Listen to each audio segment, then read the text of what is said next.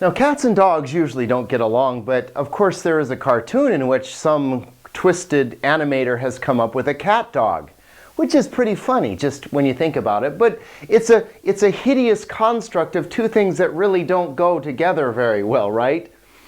Well, that might be how you start to think of participles, because a participle is a verbal adjective. A cat dog. It's a part of speech that is part verb and part adjective. So which is it? It's both. As a verb, participles have tense and voice. And as an adjective, they have case, number, and gender. So when we start talking about participles, we will describe their tense and voice, case, number, and gender. Little creepy? Creepy cool. Now, the good news about the participles is that you already know almost everything you need to know to identify a participle. So we already know how to identify the tense of a verb. The same will apply to participles. And we already know how to identify the case, number, and gender of adjectives. So that will come into play as well. So the good news is, really, you know most of what you need to know already. Now, the bad news is that if you have forgotten some of this or maybe never learned it, it's going to come back to haunt you in the participle. You can think of the participles as sort of like a final exam, because they encompass everything we've learned all in one part of speech. So the good thing about that is they give us a chance to go back now and review and make sure we understand everything about the tense and voice, case, number, and gender. Now, in this lesson, what we'll do is first look at the grammar of the participle. In other words, how does a participle behave in a sentence? What is a participle, and what is it doing there in this sentence? And then the second thing we'll do is just take a quick little preview of how you form a participle. Then in the next 3 lessons, we'll look at them in detail. First at the present participle, then at the aorist participle, and finally the perfect participle. My wife is really into jogging, and she's trying to get me doing it too, and I have to admit it's getting kind of fun. Jogging is a great example of a participle. Jogging, a nice ing word. And I want you to notice how the word can be used in 3 different ways. You could use it as an adjective, you could use it like a noun, or you could use it as an adverb. So, if I say the jogging man, well, then that would be just an example of an adjectival use. I am the jogging man. You can see that jogging in that case is modifying the man.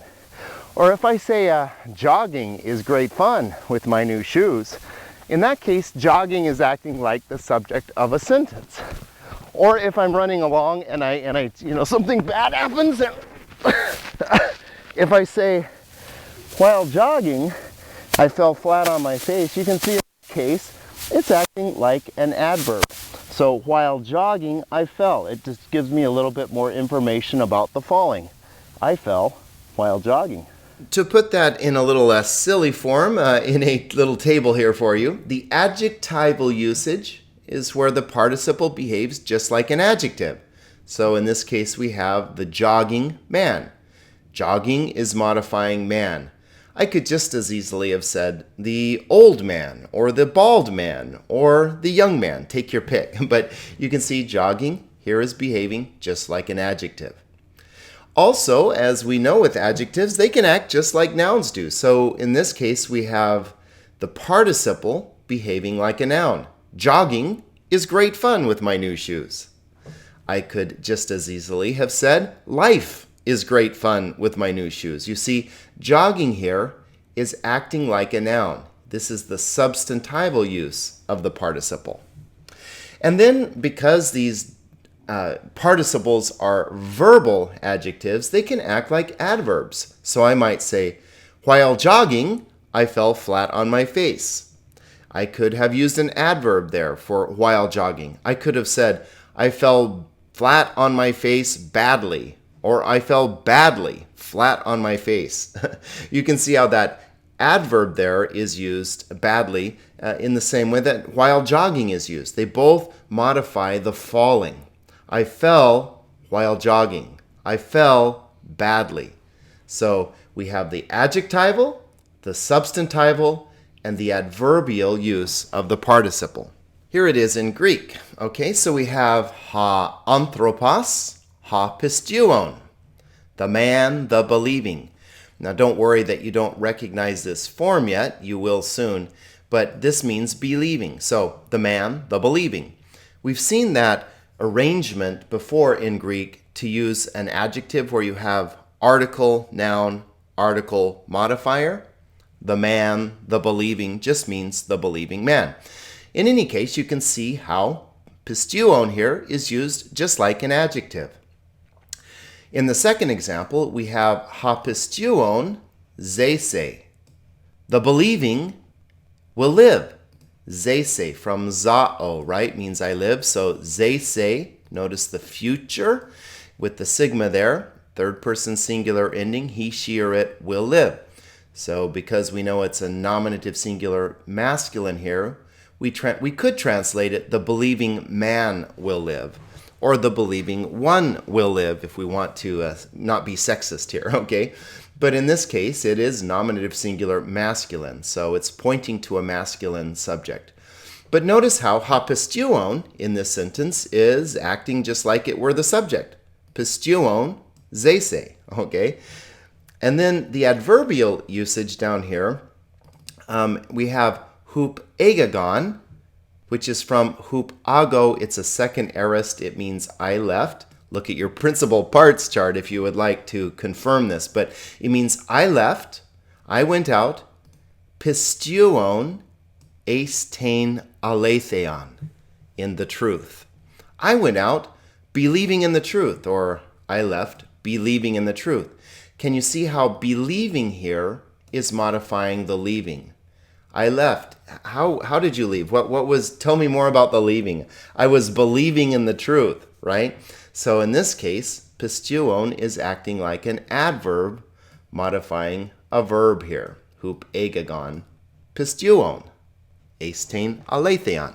I'll throw one more little detail at you, which becomes pretty important as we begin to translate participles. Don't worry, we'll encounter this again, but I want you to notice that the adjectival and substantival participle have the article here, hapisteuon here, or hapisteuon here.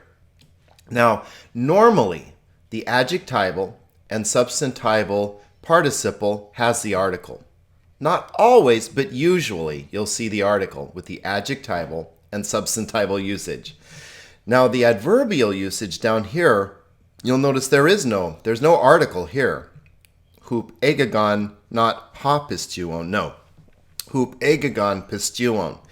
And this is important to notice that adverbial participles in Greek never have the article. So that will help you out a lot in your translating. Let me point out to you that the participle can stand at the head of a whole phrase. And this is called, no surprise, a participial phrase. And it becomes a part of the whole participle usage. Let me illustrate this, okay? So used adjectively, I might say the man jogging, let's say on a cool fall day, in red tennis shoes, is very handsome. That's a matter of opinion, but okay. But here's what I want you to see. Jogging on a cool fall day in red tennis shoes. That is a participial phrase, and you can see that the participle there stands at the head of a whole phrase modifying the man. The man, jogging on a cool fall day in red tennis shoes, is very handsome. That's a participial phrase, so you have to get used to recognizing those, or you'll get really confused about participles. Here's an example of a participial phrase being used like the subject of a sentence. Now, before we said we could use jogging is great fun in my new red tennis shoes. So jogging here acting like the subject of a sentence. But that could be modified. I could say jogging on a cool fall day is great fun in my new tennis shoes. And again, this is the participial phrase acting like the subject of a sentence. And here's an example of a participial phrase used adverbially. Okay, before we said while jogging, I fell flat on my face. And we see that the while jogging modifies the falling here, okay? But I could say while jogging in my red shoes, I fell flat on my face. And notice here, jogging in my red shoes modifies falling now. Okay, so just pointing out to you that when you see a participle, look for some attached words that make a phrase that becomes either an adjective, it can act like the noun in the sentence, a substantive, or an adverb. Aren't they amazing? Participial paradise, man. As verbals, participles have tense and voice. Now, you could probably guess by now that since we're out of the indicative, time's not the issue, only aspect. And as we've been saying over and over, the present tense is used for continuous aspect, the aorist tense for undefined aspect, and the perfect tense for perfected aspect. So going to our old friend loosing, for example, the present would be translated loosing. And the aorist would be translated loosing. Now wait, you say, that's the same thing. Yes, it's the same thing. And once again, we have this problem where English doesn't have a way to distinguish between a present and an aorist form of the participle, which is why Greek is going to add some nice nuance when we see that something, hey, that's a present participle. You're talking about a continual loosing here. Or an aorist, oh, it's just undefined. You're just saying that the loosing has happened. Or a perfect participle, we would translate it probably having been loosed. Something happened in the past with effect that remains up till the time of the speaker and pointing onward. So, and again, there's really, having been loose doesn't really get that in English. So once again, as we're learning, the aspect of these tenses outside of the indicative are really interesting and very hard to capture in English. It's one of the benefits of learning to read Greek. So participles will have tense, our old friends, present, aorist, and perfect. They will have voice, active, middle, and passive. So using loosing again, active would just be loosing. Middle would be loosing for self, and again, not very common in the New Testament. And passive would be being loosed. And again, you can see that the English translations are the hardest thing there. Okay, so participles as verbals have tense and voice. But wait, there's more. Walk with me. Yes, I know. Hard to believe there's more. Not only tense and voice, but also case, number, and gender. Now, this may blow you away a little bit because in English, there's nothing like this. Our participles don't morph around like this. But we should be sort of used to this, right? Because remember the article, the, in English? We use the whether we're talking about singular or plural or masculine or feminine or neuter, it doesn't matter. The man, the woman, the men, the women, the birds, the bird, always the. But in Greek, remember, we saw that there were 24 forms of the article. Why? Because the Greek modifiers change form to match the substantive that they modify in case, number, and gender. Because there are 4 cases, 2 numbers, and 3 genders, we come up with the potential for 24 different forms of every adjective or modifier. So, no surprise, there will be 24 forms of every participle. So, in English, just jogging, right? Jogging man, jogging woman, jogging children, jogging anything. But in Greek, we'll find that the participle will change its shape to match the case, number, and gender of the noun or the substantive to which it is attached. Briefly to show you this, notice in English, it's believing all the way down. Believing man, believing men, believing woman, believing women, believing crowds. The participle never changes form in English. But in Greek, look what happens when we change from man to men to woman to women to crowds. It's pisteuon, pisteuantes, pisteusa, pisteuusai, pisteuantes. So it's changing to match the noun that it modifies in case, number, and gender.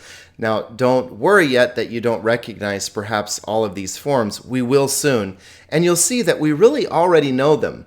The main thing I want you to see right now is that Greek is doing what Greek always does with the substantives, with the modifiers. Modifiers change their form to match the noun that they modify in case, number, and gender. So we'll see how that happens in more detail soon. But the good news here, guys, we've already done it. You already know how this happens. If you understand adjectives, you understand how participles will change form to match in case, number, and gender. So the noun endings chart will be used to determine the case, number, and gender. And hey, good news, we already know the noun endings chart. So we're already good to go there. And when it comes to the tense and voice, the clues we have already learned will still be used. The present tense will be built on the present tense stem. In other words, if you look at it and you recognize it, it's probably present because it hasn't changed form. That's the one you learn when you learn the verb. The aorist tense will have our old friend sigma alpha or theta epsilon. Now notice in this case, it's not theta eta, which we were sort of used to here, but in this case, it's theta epsilon. So not theta eta, but theta epsilon. And then a stem change if it's in the second aorist, right? That second aorist tells you it's an aorist by changing the stem, not by the normal way of using a sigma alpha. But hey, that's all stuff we already knew about the aorist. And the perfect tense, guess what? Reduplication, kappas, and in the middle passive, no connecting vowel. Clues that we already know for the perfect tense. Now the voice of the participle won't be recognized by the personal endings, right? Because there are no personal endings with participles.